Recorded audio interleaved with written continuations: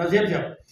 یوه جنکۍ ودېدله دا لطیفه ده ډېره مزداره لطیفه ده بیا مور ته ویله زه خو نه یم کور نه نه یم وتلی چا سره غږېدلی نه یم تا خو واده کړه مېړه ته به څه وایي چې په واله مې مړه نه کړي مور یې ورته ویله زمونه دا ډېره سوکه طریقه ده داسې به وکړې چې خواږه ته ته رالې په اوله شپې بیا به ته ورته ته خوږ یې خواږه دې چیز ته راوړل بیا به دومره په ګرانه چې ټول عمر به دې په سر شوړئ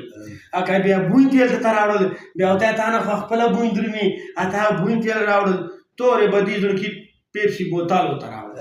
بیا ورته ته په خپله بوتل یا بوتل دې چیز ته راوړه وډغوه چې مور ته راوړل ورته دې خو داسې په وډغولو وایي تا بوتل وچیښته ویله خو تا ویل چې څه رایي بیا ورته یې په خپله ته دغه یې زموږ چې ډېر ساده خلکو ته موږ دا دوا کوو چې الله پاک دې ته بختوره کړي دا کله کله موږ ګپ لګوو کله کله په موږ ګپ ولګوي دا ګپ نه علاوه کې سره خو موږ یو سپای ګردي کړي سره وایي ګلا په بدی په یوس بیا ما ته خلک وایي یوس بچا سره ګردي کړي سره بدی کې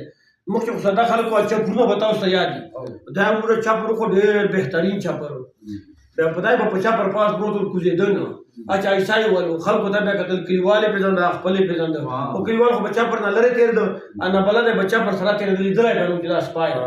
ادای بو تغله غله خو چې کله باندې زو کې د کنه سړای من ما او تر به هاي ګوره ادب بیا په داخلي پیژوي باندې بریک ونی څوک خړل نه شغل کوي شغل اي بچ خبره تلاش کوي دای په کور په ټیټ شو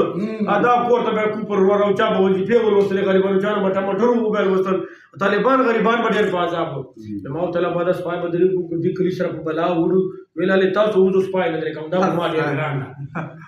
ما چې نه درکې ما درکم تورې بدی درې میاشتو بعد باران سلام چا پر شو شو او سپیتا دا پتن و چې نن ببرې چار نه پکای اوس یو بوډا راغی چې تب پلار مې ویل لار سم بچا د نکته چای هغه ویل بچا لشتي نیور واچو ما ته خوړه ډېر ښه لګېږي او ویل کور چې نیور ور واچو ما ته په خو باندې ته خوړه چای غواړي ویل بچا خو موږ خو دا خالق چې دا لار واله نه پته کې نه واځي خو واله چې زه کور ته نه سپای نو دا چې مله په یو کو نه په بلا لکه مله چې ما دې نو ته دې برک دا خو سپای ټول کا گوزان ولا دا ویل گوزان نه وای 2 منټه مخ چې پورر کار شي چې چای مې پرې دوله واه ته ورته مې برک صاحب خدای په بدین اخلاص کو هغه سپای کو سوې نه ملا کاږي ابو دا ویل مې چا خرڅ پای خو نه و چا پر پروت مې لا وغه ودا ویل بچا ما ته خپل خبره کوي چا نو کړه کوزر واچې ته ویل په دغه ور په 3.5 په لگاو هغه سپای په شیطان نور غو په ویل کوي نه کله کله موږ دا چې په بلا سره واو